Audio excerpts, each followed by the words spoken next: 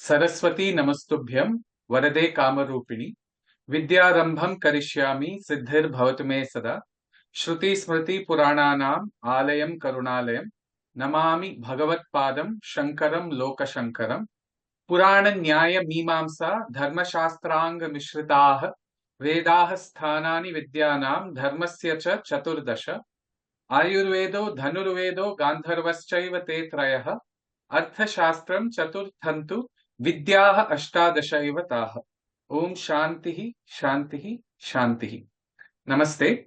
I welcome everyone who is watching this video. This video is sixth in a new series of videos that INDICA Bhasha presents to you with the well-known Sanskritist, well-known Indian scholar, Professor Gauri Mahulikar ji. Namaste, Professor. Welcome. The previous 5 videos, the links to the same can be accessed from the description of this particular video. Let me just recount the names of the previous 5 first. They were Contemporary Sanskrit Literature, Introduction to Different Genres, Harishchandra Renapurkar's Contribution to Sanskrit, Patriotic Literature in Sanskrit, Biographical Literature in Sanskrit, Contribution of Parikshit Sharma to Modern Sanskrit Literature, and today the 6th one is going to be Travelogues, on Travelogues. With those few words, I'd like to invite Dr. Mahulikar. Namaste. Thank you, Hari Om. And it's my pleasure to talk about the travelogues in Sanskrit literature. This is a very different genre altogether. Normally, we have travelogues, the descriptions of the places where we visit.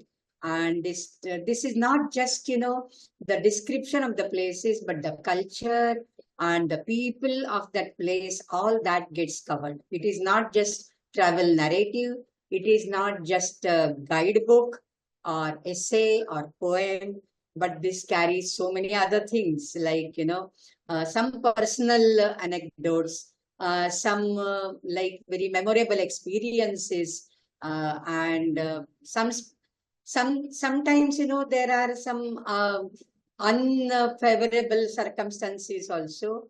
But then these are described in a high literary style that this becomes a genre of literature altogether a different one. It has a literary value and goes beyond mere recording of observations, and it evokes sometimes the feelings and emotions in the minds of the readers through the author's experiences. So the reader also feels to visit different places, just for the sake of pleasure of travel or just for connecting with that culture, and so many other things are there. So the travel literature, it is said that travel, it's not very new to mankind. It is stated as old as in the Ramayana. I would rather say, our travelogues in Sanskrit literature would rather start from Ramayana. Ramasya Ayanam. This is the path. This is the journey of Rama. And especially the beautiful description of Lankapuri, Lankanagari, done by Hanuman, Anjaneya, that's marvelous. And that is not only the physical description of Lankanagari, but the culture of the Asura people, the Asura dynasty, and how the ladies are also drinking sura and this and that, their alankara, their abhushana, their clothing, and, all that because he mistakes some of that ladies to be Sita, and he's searching for Sita in Antapura of Ravana, and all the descriptions. So that throws light on the culture of Asuras as well.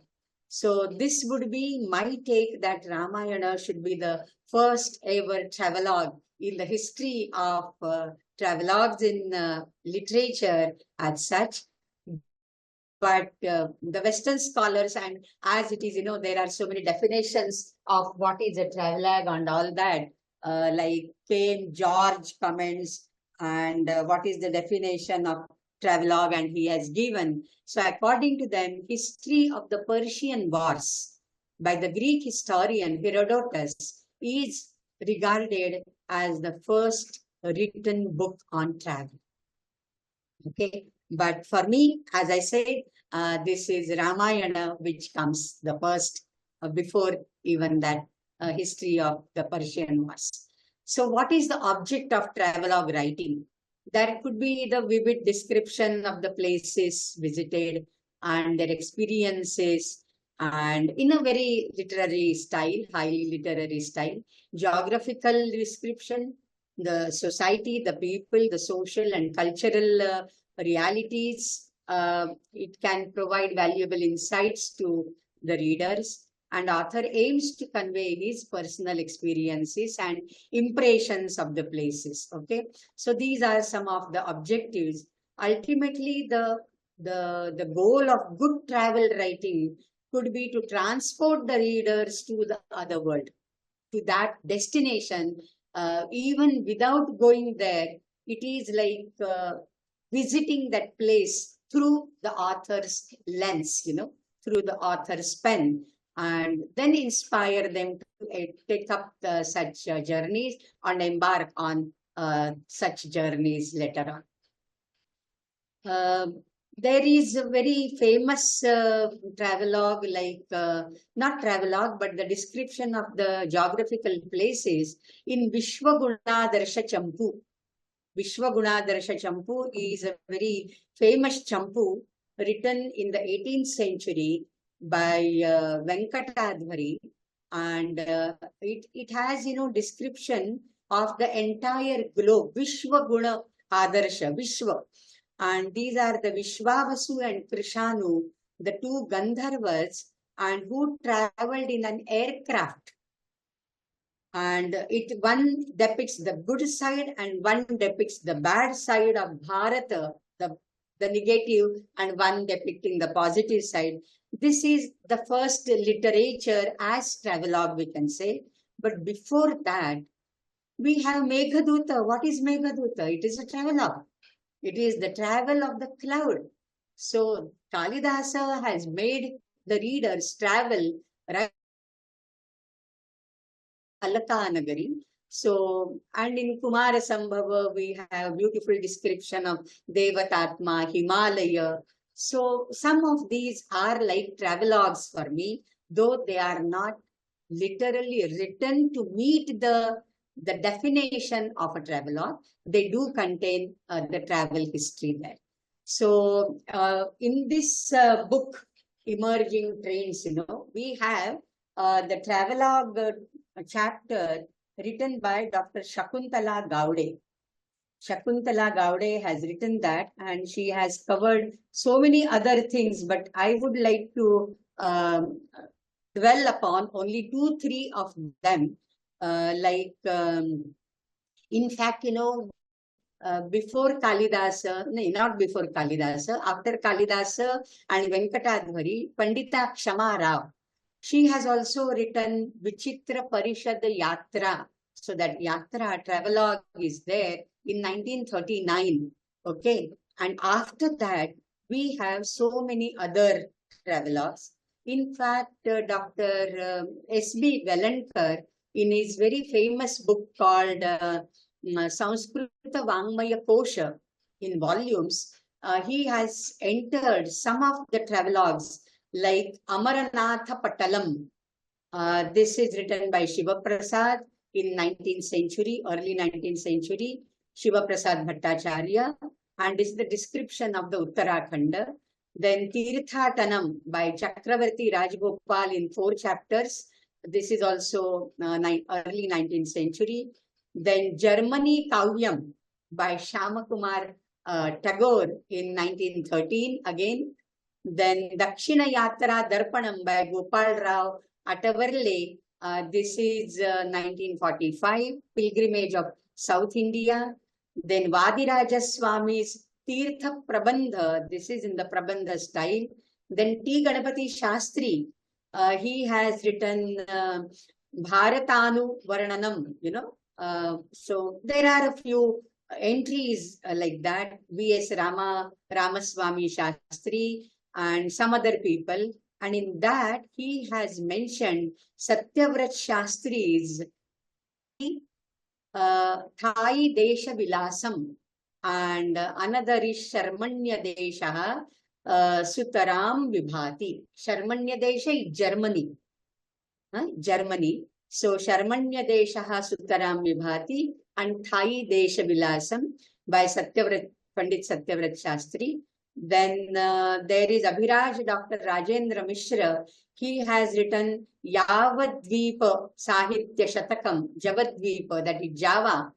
So there are so many. Even Radha Vallabh Tripathi has written a travelogue. Prabhakar Kauthekar, Pandit Prabhakar Narayan Kauthekar, he has written Bhuloka Vilokanam, and Om Prakash Pandey has written Rasapriya Paris Rajadhani. So a little more about Rasapriya Paris Rajadhani, then Bhuloka Vilokanam. In fact, I could found these books in our library here.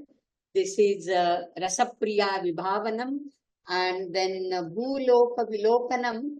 There are 2 chapters, 2 parts of this Bhuloka Vilokanam by Pandit Prabhakar Narayan Kauthekar, Europa Yatra Varnanatmakam, and Sanskrita Kavyam. And the other one is Chamatkara Chandrika, which he has edited a manuscript, So these 3 books are available in the libraries also. So we'll know more about this in a short while.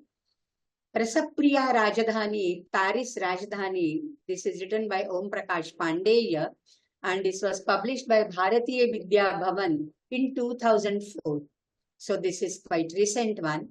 And it has individual traits of a travelogue, because the poet has described whatever he experienced throughout his journey and his stay in Paris for quite a long time. The style is Prabandha Kavya, divided into cantos. In all, there are hardly 500 verses, 460 plus something. But he has divided into 11 cantos. And this is Prabandha, this is Prakrishtaha Bandhaha, and therefore he has used many, what you can say, the Chitra Kavya Bandhas, the artificial bandhas also he has used. So Chitra Kavya, it is like a Chitra Kavya. And the contents are, modeled on the description of socio-economic status of Paris, the material prosperity therein, the culture, the geography, beautiful description of the sea, river on the banks of which Paris is situated. And of course, being Indians, that Indianness is never lost sight of.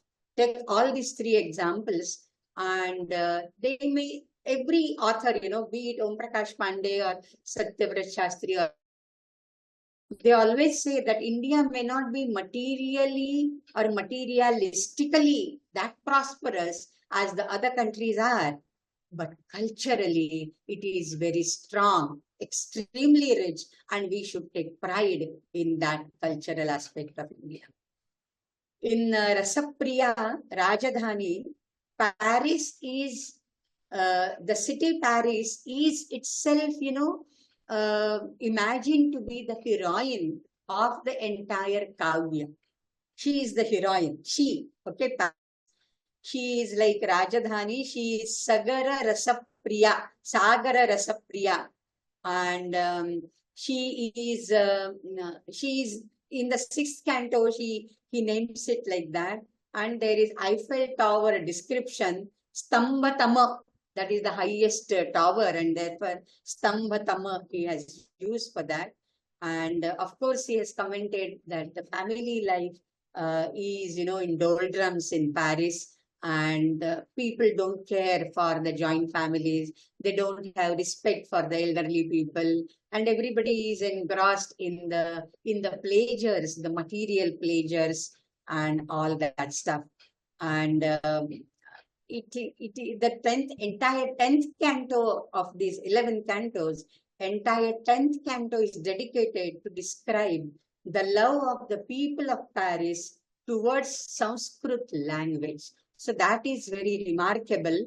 And Surabharati Pranayanam, he has named this chapter as Surabharati Pranayanam. So wherever you go, you don't lose sight of your language and your culture. So Om Prakash Pandey has done a very good job in this matter. Then we come to Thai Desha Vilasam. This is by Pandit Dr. Satyavrat Shastri, the first Jnanapitha awardee. And in Thai, it is the Puranic name is Shyama, and the poet means it. Shyama, then Siyama, So he has mentioned that also, the Shyama Desha. And this book is published by Eastern Book Linkers in 1979, in the early 80s. And this poem covers the patriotic themes of the Thai people. Of course, Thai, especially the Southeast Asian countries, have much more to share with India. I mean, India has much more, many more things to share with the SEA countries, ACA countries. And this, he starts, Satyavrat Shastri ji starts with a prayer to Shiva, and asks him to bestow happiness on all, like Mangala Shloka. And the translations, English translation is provided by the poet himself. So Thai Desha Vilasam is easy to understand in a way because it is Sanskrit as well as English translated by the same author. And the Thai translation of that is done by Her Royal Highness, the Sirindhorn, the Princess of Thailand, and Mr. Prapond, I can't pronounce this, of the Department of Eastern Language of this university. So the Thai translation is also available. So this is something very, very unique about Thai Desha Vilasam, one travelogue found in 3 languages, basically written in Sanskrit, translated into English by the same author, and translated into Thai by the Thai people. He has used many alankaras as well. The Vyatireka alankara, for example, the entire Thai Desha Vilasam, it reminds one of this Kalidasa's literature, Meghaduta or other literature. For example, and Manusmriti also, he has given on the model of Manusmriti, he says, Manusmriti gives 4 pillars of any country, and he says for Thai, Dharmo, Rashtramcha, Rajacha, Chaturthi, Sanskritis-tatha. What are the 4 pillars of any country? Dharma, Rashtra, Raja, and Sanskriti. Etat chaturvidham prahuhu Thai deshasya lakshanam. So this is how we begin. So this is, very much similar to our Manusmriti, and of the alankaras, when we see, they are very much similar to Kalidasa's. For example, when he says that the ocean, one of the names of ocean is Ratnakara. Why it is called Ratnakara? It is the Akara, the reservoir, the mine of precious gems and jewels. Okay, but the markets of Thailand are so filled with the gems and jewels that the Kavi Satyavrat Shastri remarks, Ratnakara sampratitoya sheshaha. Ratnakaras, the oceans, are left only with water now, because all the precious jewels and stones are stored in the markets of Thailand. Now, this is exactly on the lines of Meghaduta when Kalidasa describes Ujjaini, Haran, Taran, Taralagutikan, etc. The markets of Ujjaini are so filled with all these things that I'm afraid Ratnakara is left only with water with him, and all the Ratnas are shared here. And that's why, he calls Ujjainiya Divaha Kantimat Khandamekam. This is a shining, lustrous piece of the divine world, the Svargaloka. So this is Ratnakara Sampratito Yasheshaha. It is just echoing Kalidasa. Then another Vyatireka like this, so much gold is there along with the precious gems. So much gold is there. The shops are laden with gold. That the Mount Meru, which is regarded to be the Sumeru or Suvarnachala, it has only the name with it, and all the Suvarna has gone to Thailand. Swarnachalo Namata Eva Meru. So Meru only retains the name Swarnachala, but the real Swarna, the real gold, has gone to Thailand. Okay. And then Thai people's interest in the Ramayana, of course, Thai Ramayana, the entire Southeast Asian belt, they are so rich in the Ramayana tradition, not only the literature Ramayana, the literary Ramayana, but the art, the puppet show, the khon, and Vayang Kulit, and Vayang, so many songs, etc. are there. So Ramayane Drishti Patham Prayati Ruchir Jananam Prabalatra Chitram Tasya Prayoga Atikausalena Karishanti Chetamsi Balat Janana. He has made a very nice comment on that. Ramayana is so captivating that people are drawn towards Ramayana.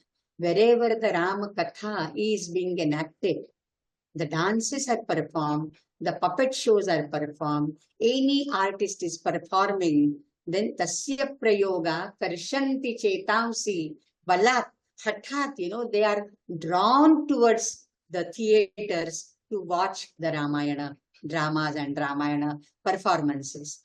So the Shastri Ji has really done a very wonderful job, and he was there in Thailand for many years.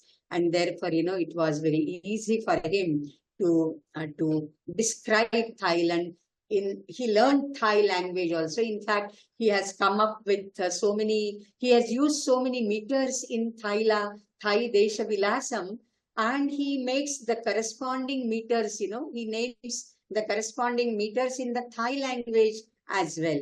So we have Indra Vajra, Upendra Vajra, Indra Wang, Upendra Wang. That also, he has studied language also, And the Travelogue also pays much attention to the history and political life of Thailand, and mentions King Bhumibol and his brilliant daughter, the Sirindor, who has translated Thai Desha Vilasam in Thai, and their keen interest in Sanskrit studies and Sanskrit language. Suta sutasyati krishat kushagra buddhi swatata lokal hite prasakta girvana vani parishilanotka sirindhareti prathita sutasti. So he has described Sirindhara, the daughter of Bhumibol. And so this is a very wonderful translation and wonderful work. 9 meters he has used, and in Thai also you can find the similar meters. And then we come to Bhuloka Vilokanam. I am taking a very hurried review because I want all the readers also to read these books in detail. About Bhuloka Vilokanam, I remember very vividly in the Board of Studies meeting of the Mumbai University, we had prescribed portions of Bhuloka Vilokanam for the BA students in their syllabus, for the contemporary Sanskrit literature syllabus. Bhuloka Vilokanam was prescribed. And I personally have met Prabhakar Narayan Kauthekar, and therefore I had written long back one article also, what is his contribution to Sanskrit literature in all. Though he is a Maharashtrian, he grew up and his Karma Bhumi was Madhya Pradesh. He worked in Sagar University, and therefore outside Maharashtra's contribution to Sanskrit. So I had written about him. I don't know where the article has gone now, whether it is published or not, I don't remember. But then he has made a wonderful contribution to this. And personally, because I have a personal connection, he's no more now. But then, therefore, Bhuloka Vilokanam is very favorite to me. Like, we have the Manasa Puja of Lalitambika and others. Like that, he has that this Bhuloka Vilokanam. The first part is Europa Yatra Varnanatmakam Samskrita Kavya, right? So this is very wonderful kavya, and he has described Paris also. Paris say sa pari katha. Pari and pari. There is, so how he has an experience when he went to a restaurant in Paris with his friends, and all these different things are there. So he has done it very nicely. Kritaka Kalaha, and very simple language, He writes in a very simple language. He has given for the what you can say, the Hawaii Sundari, the flight attendants, the air hostesses. He has given the name Vimana Bala or Vyoma Bala, and that is his contribution. His Vimana Bala is very famous. That poem Vimana Bala is very famous. But then he has tried to delve deep into the psychology of this Vimana Bala. When she is flying for days together, sometimes she's away, and if especially she's a mother, how her heart is longing to meet her child, So all that also he has given in that. So this is to be studied. I mean, this is to be read. I won't. Vimana balam sumukhim prasannam vyalokayam tamiva devadutim vyachintayam kim nijajivanepi tasyasmitam kim na nirhapadam syat. In her own life also, she would be smiling like this, or she would have some situations where she would be unhappy, where she would be sad and all that. Seva prasange yuvati karasya sparshepi romancha sukham na jatam sparshati rekat vigato vikaraha stritvam dharayam nihitam tayakim. Sometimes, Vimana Bala have got some bad experiences. People touch them, on the board, on flight. But then they are like away from that. They are over and above that touch. So stritvam dharayam nihitam tayakim, because they are in a different mood altogether. So it's a very Vyoma Bala. It is a very different type of poem which he has written, and I think you have to study that. When he visited the museums and saw the portraits of Mona Lisa, he calls her like Kala Vidam Manasa Rajahamsim Alekhya Shesham Apichid Vishesham Sakautukam Paryatakaischa Drishtam Mona Lisam Tam Manasa Smarami. So Lalitam Bikam Tam Manasa Smarami, like that. Mona Lisam Tam Manasa Smarami.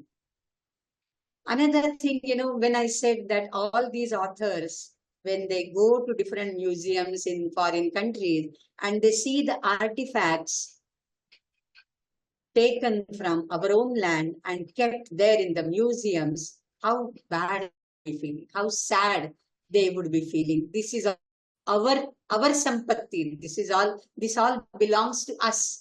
So one such, the famous Saraswati of Raja Bhoja, when he saw that in the Western Museum, and then he says this Vagdevi Saraswati, she was worshipped by the Paramara kings Bhoja of Dhara, the Dhara Nagari. And here in the London Museum, she is seated so quietly. She is not receiving any worship. And there he comments, Avagdevi katham sadhya kalasya gahanagati. The Vagdevi has become a Vagdevi. She has resorted to Maunam. She is not speaking anything. She is literally Saraswati, the goddess of the speech. But after coming to the London Museum, Avagdevi katham sadhya. So that pain in the heart, that speaks out through his words. And especially for the British Museum, in the London, he says, Amushnan Bharatiyanam Sampattim Britishadaya. They have stolen away all our wealth, and They have kept it as their treasure in the museum. So when we go there, you see it as, they have stored it. It really belonged to us. So that pain in the heart, it is always there.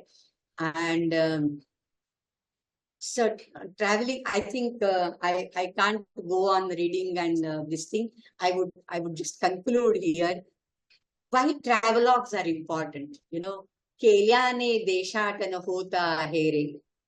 Samartha Ramdas Swami, he also says that you have to go around. Why in the Indian Dharma Shastras, there is a Tirtha Yatra specifically ordained for the Grihasthas.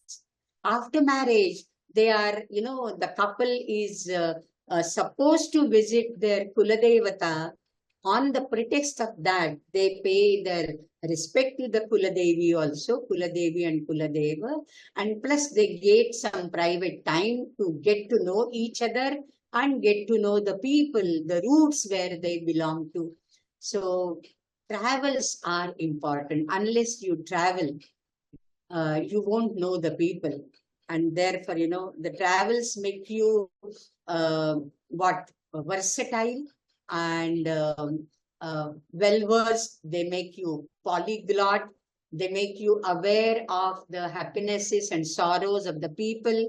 When you go around, especially Uttarakhand and the northern belt, when you go to the Char Dham Yatra or some such places, you see the utter poverty and the utter climatic, very different climatic conditions, the contrasting climatic conditions and how they wear, how they live there. And then we thank ourselves, we feel grateful to the God for conferring all that pleasure and that comfort to us. So this is to know, be empathetic to the fellow beings, have that sympathy for our own bandhavas. So this widens your horizon. Basically, travels widen your horizon. They turn you into a good storyteller. Though you are not a storyteller, when you travel and you try to describe that, that comes in the form of a story. So if you want to be Udara Charita, you have to travel. Then only you can know, like the famous Subhashita, Ayam Nijaha Paroveti, Ganana Laguchetasam, Udara Charitanam tu Vasudhaiva Kutumbaka. So if we have to meet our Kutumba, we have to make the entire world as our family and meet the people as our family members. We must develop that fraternal feeling. And what better means to develop that, to help you inculcate that feeling than to travel and be there and be one with them, talk to them, eat with them, walk with them, and really enjoy the things what you should do. And therefore, I think travelogues, they have their own importance, and this is how it has to be. Travelogues really widen our horizons and make us more human, I should say.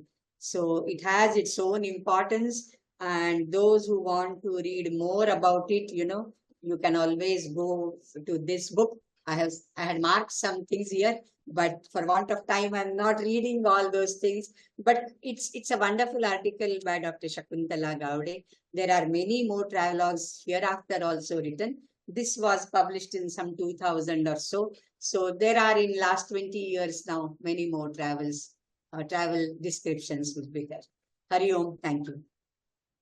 Thank you so much, Dr. Mahulikar, for a fascinating talk on travelogues as a new genre in Sanskrit literature. It's really fascinating to know the range of information that one can find in this, if one may call, thin sliver, or amongst the genres that we have. So for those who were able to benefit from the video, and in case you missed what I mentioned right at the beginning, this is, as I said earlier, the sixth in a new series that we are bringing, in part based on this book, also edited by Gauri ji. This book is called Emerging Trends in Contemporary Sanskrit Literature. The previous 5 videos were Contemporary Sanskrit Literature, Introduction to Different Genres. The second was Harishchandra Renapurkar's contribution to Sanskrit. The third was Patriotic Literature in Sanskrit. Fourth, Biographical Literature in Sanskrit. Fifth, contribution of Parikshit Sharma to modern Sanskrit literature. And today's Travelogues in contemporary Sanskrit literature. I look forward to bringing the next video to all of you with Dr. Mahulikar ji very, very soon. Thank you so much, Professor, once again for your time. Namaste.